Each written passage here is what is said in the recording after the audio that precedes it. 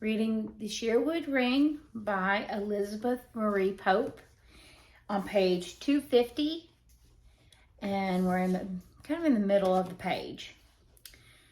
The woodwork in the study was very modest, that is, compared to the big drawing room in the library, where the architect had really let himself go, but nobody could truthfully say that there wasn't a good deal of it. The four walls were sheathed in dark oak, divided symmetrically into 12 long panels by the windows and the bookcases, the fireplace and the door. All the windows and bookcases curved over at the top into deep recesses, fluted shells, and the curve of the shell was in turn taken up and echoed in reverse by garlands of carved fruit and flowers looped across the intervening panels. A different garland corresponded to each of the 12 months of the year, from roses and strawberries and ripe grass for June to ivy and berries and clusters of pine cones for December. I never realized before what a lot of curlicues and little knobby bits there are on these things, I remarked, frowning up at the December garland. Pat, this is going to take forever. I suppose we'll just have to start around the walls and press and rap and knock and beat till the door gives away. Pat glanced back at me across the room, and for a moment there was something in his expression that made him look almost startlingly like peaceable Sherwood. My darling heart, we're not a pair of bumblebees on a window pane, he said gently. Never run about exerting yourself unnecessarily when you can use your intelligence instead. He dropped down into the big wing chair and settled back comfortably with his hands linked around one knee. Now, before we start the pressing and rapping and knocking and beating, tell me one thing. Did you say it was a large closet? Yes, but then it can't be just anywhere behind one of those panels, at least not according to lesson 2 of my 5-shilling course on how to learn logic by mail. A large closet has to have a large space to fit into. Very well, turn over the page to lesson 3. There are 4 walls in this room. Over on my left, he waved his hand vaguely to the east. The wall is made up of 3 panels separated by 2 windows opening on the garden. Kindly step to the nearest window and see if there's anything resembling a large closet jutting out on that side into the lilac bushes or the pansy bed. I can tell you without even looking. It's a perfectly straight wall. The flagstone path goes along there to the terrace. Very well. That leaves us with only the 3 remaining walls to worry about. The south wall facing me is made up of 3 panels separated by 1 bookcase and the door that leads into the library. As I remember it, the wall on the library side is also perfectly straight, and there's only the width of the doorway anywhere between the 2 rooms. Cross out the south wall. Very well. The north wall behind me is made up of 3 more panels separated by 2 bookcases. What's on the other side there? It's the morning room where the ladies used to sit in the 18th century. I don't know whether there's a place for a closet on that side or not. We never use it nowadays. Be a lamb and run around through the hall and look over while I plow through lesson 4. I ran around obediently and looked. There was no closet jutting out into the morning room, but neither was there any door through to the study. For a moment, I wondered if there might not possibly be 2 walls, one false, with the treasure room lying the whole length between. But when I paced off the distance from the corner nearest the study to the first window, and then paced it off again on the path outside, I found that the distances matched, and that meant the partition could be only of normal thickness. I thought it would be, said Pat, with a sigh of satisfaction. Cross out the north wall. Very well. Now we come to something really interesting. The west wall on my right is made up of 3 more panels separated by another bookcase and the fireplace. Just on the other side of the central hall stairway to the second floor. Is the space under the stairs open or closed in? I didn't notice. Closed. I was wondering just now why they didn't leave it open and put the door to the morning room there. I had to go all the way around at the back to get in. There must be a room for the chimney and the thickness of the wall here too. A chimney and a closed flight of stairs in combination like this always rouses. A chimney and a closed flight of stairs in combination like this always rouses the blackest suspicion in anyone accustomed to ye old English manor houses, where those everlasting cavaliers and roundheads and smugglers seem to spend all their time chasing each other in and out of the paneling. I suppose at this point I ought to start tapping it to see if it sounds hollow somewhere. But I always think that must look so silly, like crawling around the rug with a magnifying glass. And if the man who designed that door knew his business, it wouldn't sound hollow anyway.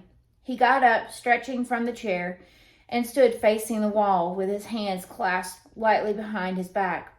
Oh, do get on with it, Pat. Hurry. The Sherwoods have always been a lazy lot. You should hear some of the stories they tell about Peaceable Drummond. Give me a minute to think, can't you? No, I think that carved shell at the top of the bookcase. It's too high and inconceivably out of reach. These nice garlands on the panels look much more promising. The winter months for the fireside end of the room. What a pleasant idea. Starting at the left-hand corner nearest the library, we have November, oak leaves and apples and ears of dried corn. On the other side of the bookcase, December, ivy and berries and clusters of pine cones. And over here beyond the fireplace, on the far right, just where the stairs in the hall must be getting high, we come to January, thorny briars and empty seed pods. Brr, it's cold. And tucked neatly away under the twist of ribbon that ties everything up, one simple solitary summer daisy that doesn't belong there.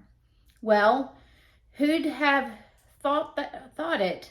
After he worked out all the others so carefully too. That's funny, I never noticed. Do you suppose he could have started carving the panel before he realized he was doing the wrong month? Perhaps, but I don't believe it. To me, it looked more like an 18th century gentleman playing a mildly entertaining little joke on the general public. I think the time has come for that pressing and rapping and tapping and beating you were talking about. Now then, ready? Sherwood the magician puts his finger on the center of the daisy. The quickness of the hand deceives the eye. Trumpet, fanfare, and roll of drums from the orchestra, all done by logic. And there you are. It really was almost like some act of magic. The dark January panel with the thorny briars and the empty seed pods turned sweetly and slid away in complete silence under Pat's hand. And the afternoon light flashed suddenly back blazing from crystals and silver and enamel and gold. We were looking into a small panel room that must have taken up the whole thickness of the chimney wall and the raised space under the stairway beyond it. I had one dizzying glimpse of shelves covered with cups and medallions and coffers and candelabra and bowls. The Paul Revere punch bowl on a stand by itself, and a tall inlaid cabinet with narrow drawers that were apparently meant for jewels. And then I was down on the floor beside Pat, kneeling over a battered old chest, the lid thrown back, and books and documents and letters spilling out of it in a great confused pile, along with an antique army sword, a signet ring, and a small miniature portrait in a round gold frame. The next thing I remember clearly is sitting with one arm across the chest and staring down at the portrait in my hand. It must have been painted when he was still very young, perhaps 16 or 17. But the smile was there already, and the air of elegance, and the lazy, mocking glint in the eyes. I put it down gently on my knee and picked up one of the papers. It was a letter to his uncle giving an extremely impertinent and hilariously funny account of his voyage to America on the troop ship, and ending, "I remain with regret your very undutiful and disobedient nephew to command, Peaceable Drummond Sherwood." I could not quite understand why Uncle Anthony had not thrown it into the fire the instant he had read it. As a matter of fact, it did seem rather badly crumpled, as if it had been crushed in a savage grip. The next letter was different. It had been written to a Dr. Mornington, who had once been Peaceable's tutor and was still the chaplain and librarian at Thorn. He was also evidently an intelligent and lonely man who had been very much attached to the lonely and intelligent boy. I gathered from the letter that he had been ill, and Peaceable was doing his best to interest and entertain him.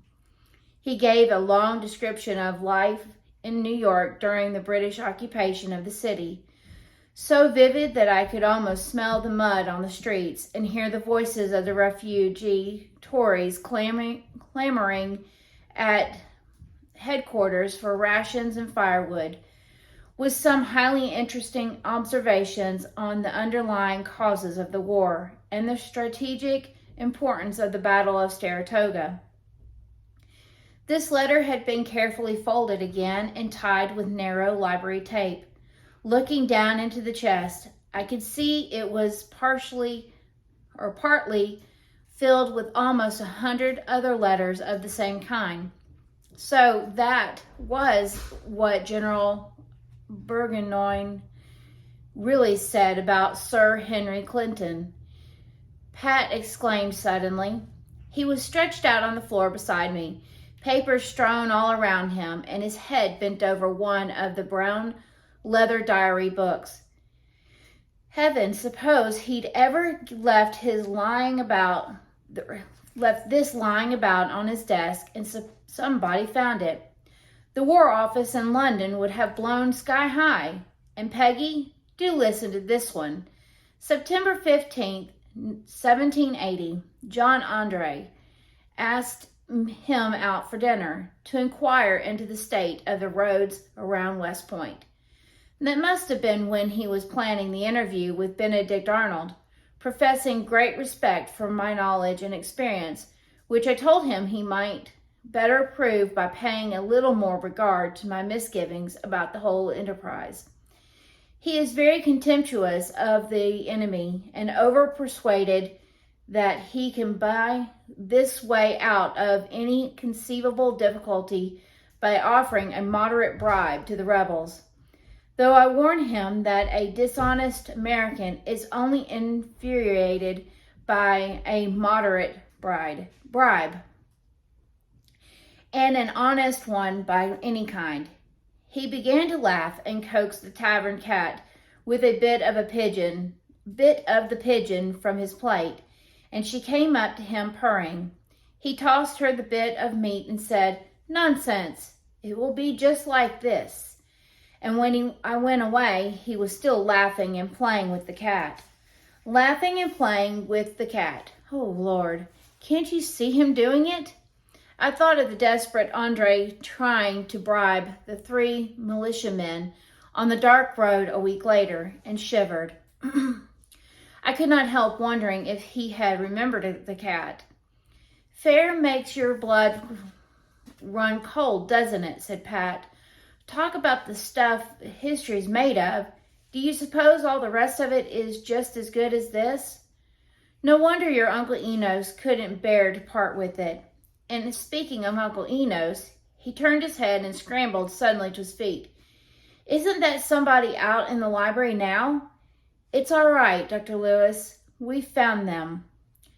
That's one blessing anyway, said the doctor's voice somewhere outside. He's rational now, and most of the sedatives worn off, but the sooner he stops worrying about those papers, the... Merciful heavens, what have you got in here?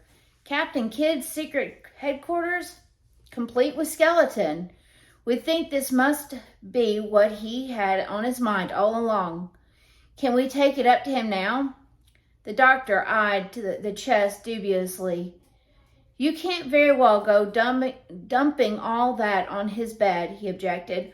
One or two of the papers and a book, perhaps. Just enough to show that you've got them. I told him you were here. Make it as short as you can, won't you? He really shouldn't be talking to anybody. Uncle Enos was propped against the pillows, watching the door with a sort of painful eagerness as we came into the room. He did not say anything, and apparently he did not even see the doctor or me. He was looking at Pat. The rest of us might have been spectators standing unnoticed at the back of the courtroom or lost in the crowd around the foot of the gallows. It really was almost dreadfully like the moment just before a trial and an execution. Then Pat did something which would probably have made me fall in love with him if I had not fallen in love with him already. He went straight across to the bed without even an instant's hesitation and put the diary book and the letters down on the coverlet. There you are, sir, he said gently. I was glad to find that they'd been in such good hands. Uncle Enos straightened up and made an effort to speak. The words came very slowly, as if they were being forced out of him one by one under enormous pressure, but his voice was steady and perfectly clear. I beg your pardon, he said. It was a contemptible thing to do. There was no possible excuse for it. You are distressing yourself quite unnecessarily, sir. Nothing could be more serious, said Uncle Enos, still in that steady voice. If there is any satisfaction that I can give you as a gentleman. I saw the corner of Pat's mouth twitch. I can't very well offer you a choice of swords or pistols at dawn in Central Park, he observed gravely. It's this degenerate age we live in. I had thought of asking you if you couldn't see your way to working on them in collaboration with me instead. A little later on, perhaps, when you're stronger. Uncle Enos stared up at him incredulously. You can't be serious, he whispered. I am entirely serious, but they really ought to be kept in the family, Pat added persuasively. For some mysterious reason, the word family seemed to comfort and reassure Enos. He drew a long breath of relief and sank back against his pillows. I suppose they really ought to be, he agreed, in a voice that was suddenly very indistinct and tremulous. Pat only smiled back at him and went on standing quietly for a moment beside the bed. Uncle Enos's head sank a little deeper into the pillows, and his eyes closed as if he could no longer keep them open. One hand went out and touched the brown leather cover of the diary book. Did you see what he said about the plot to discredit Cornwallis? He murmured drowsily. No, not yet. Only the bit about John Andre and the cat. Oh, that's nothing, my boy, Uncle Enos assured him, sitting up again immediately. Wait till you read the entry for the 1st of June in 79. The part about Andre going over to one of Peaceable's rendezvous places near Duckhead's Lake and the man who came out secretly to meet him there. You'll never guess who it was. Not Washington himself, of course, but short of that. Well, I could hardly believe it myself. Fortunately, he wanted too much, and Clinton decided to let him go and concentrate on Arnold instead. But I thought Andre was at the capture of Stony Point on the 1st, Pat objected, dropping down absent-mindedly on the edge of the bed. Professor Von Doren says in his book that was only the story they put about. Actually, it seems that Andre, the doctor, took an imperative step forward. All right, you two, he said, break it up. You've got all the rest of your lives to talk about history. It must have been almost 5:30 when Pat and I finally left the house again and went wandering lazily up through the orchard to bring Betsy down from the gate. The late afternoon light was already beginning to fall through the apple trees in the lovely stillness of green and gold. We walked slowly, taking our time, without trying to say much of anything, and stood leaning against the gate side by side, looking down at Rest and Be Thankful at the foot of the hill. While the stillness deepened and the light stretched out on the grass under the apple trees, as if it too saw no particular reason why the moment should ever come to an end. Oh, I forgot to tell you, said Pat. I took away that signet ring with me just now when we locked up the panel again. I thought it would do for the time being until I could see about getting you the real one. Would you like me to send home for the official thorn betrothal ring, which is a ghastly great object full of sapphires that we haven't been able to sell because it's got to go down in the family? Or would you rather I bought you a modest diamond chip with my entire income? He took Peaceable's signet out of his pocket and began trying to see if he could balance it on a knothole in the top rail about halfway between us.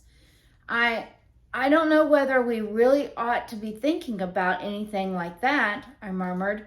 You said I could have as long as I liked to accustom myself to the idea. This is only to help you get accustomed to it sooner, said Pat, slipping the ring on my finger and then laying his hand firmly over mine on the top rail to keep me from doing anything about it.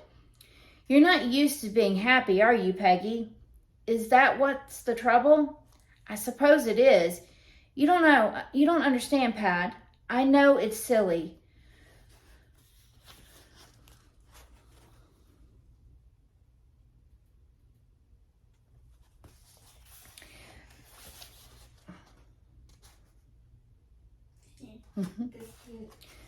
But to be so completely happy, all of a sudden, when you're actually been happy for a minute in your whole life, you've never actually been happy a minute in your whole life, I don't quite know what to do with it.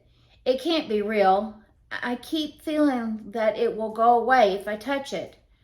Wait till you're trying to darn my socks in the deplorable flat behind the red brick university, said Pat.